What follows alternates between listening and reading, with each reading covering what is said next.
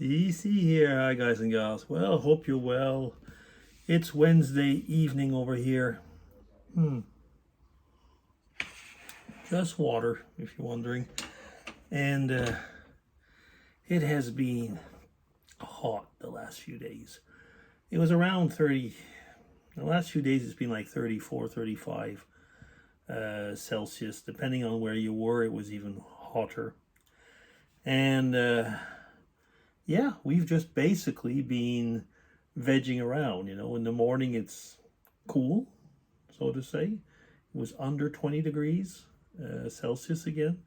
I'll let you look it up. I'm not even bothering to try and think what it is. And yeah, you do your things. I get up usually early. I get up around. Now that I'm retired, I get up slightly later, but I get up around 20 past 6 in the morning, something like that.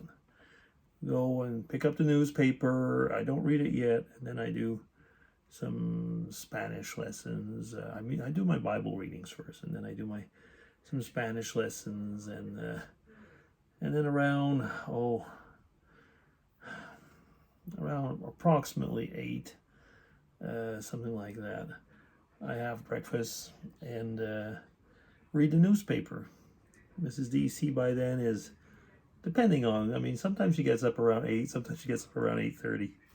Every now and then she might even get up later, but yeah, around 8ish is about her. Let's say between 8 and 8:30.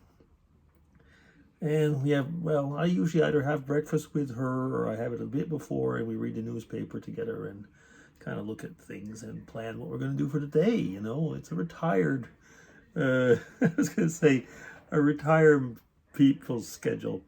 But having said that, these days it's just so hot. If there's anything to be done, we do it quickly in the morning, so to say. And right now we've just been vegging out. I just finished actually binge watching. You can tell I'm retired. I have not watched television or series like forever. And I finished not too long ago Young Sheldon and The Big Bang Theory. It's particular, put it that way.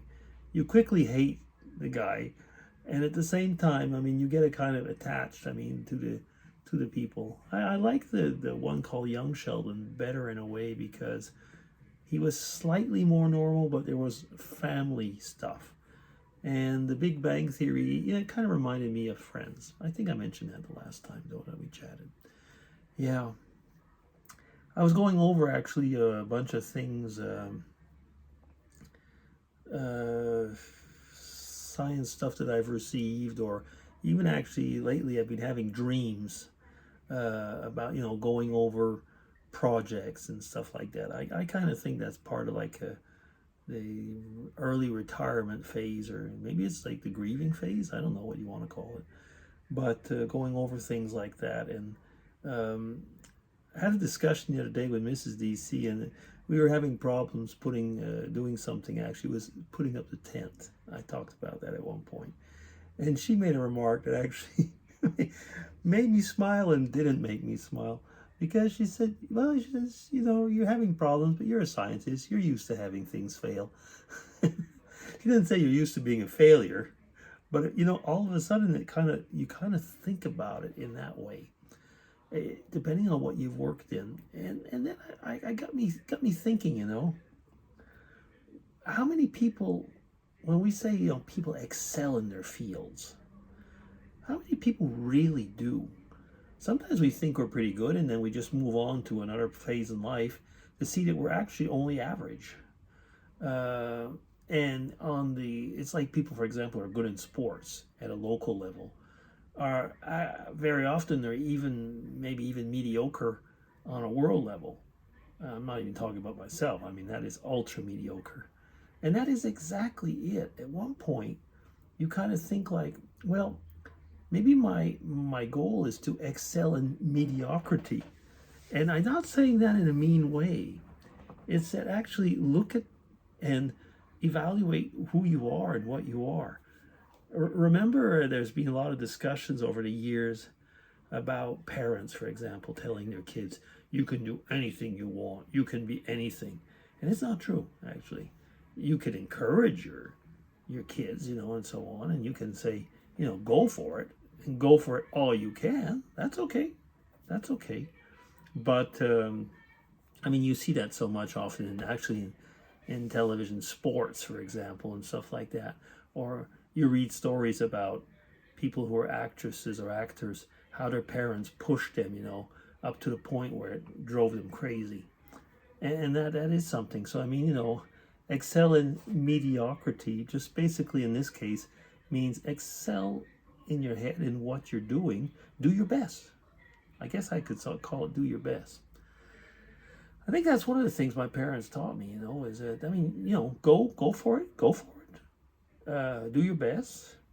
But, it's different there was an expression in Quebec in French. They would often say, I have to say it in French, and I'll transliterate it. Mais quand on est né pour un petit pain. It's a very discouraging motto, saying that, like when you're born for a small piece of bread, but I mean a small bit of life, but it's very denigrating. And that is not an expression, I mean, I'm talking about here when I mean, excel in mediocrity, not at all. Excel in what you're good in, knowing that you probably will not be the best in the world, most probably. But if you're the best for yourself, you always do the best. Yeah, anyway. So how did I get to that? I don't know. Yeah, I was talking about retirement. And so, like I said, I'm having a lot of dreams lately. At one point, some of those dreams actually are like when I'm cleaning out my desk. But cleaning out my desk in the different positions where I was, so kind of going through the different passages of life. Interesting in a way. Somebody was asking me not too long ago about the passage of time. No, not the Kamala Harris type of passage of time. The real stuff. Nothing's foolish. But it was like, I was thinking like, yeah, I don't think time has ever gone by so quickly. And one of the reasons, since I'm retired, and one of the reasons for that is probably because I'm not actually shackled down by what I found as stupid or useless things, or that part of my job. And then they tell me, well, yeah, but do you miss anything? And I say, yeah, I miss like the science. I miss the great interactions I had with some people, the ultra great interactions I had, for example, with the people in Ireland, stuff like that.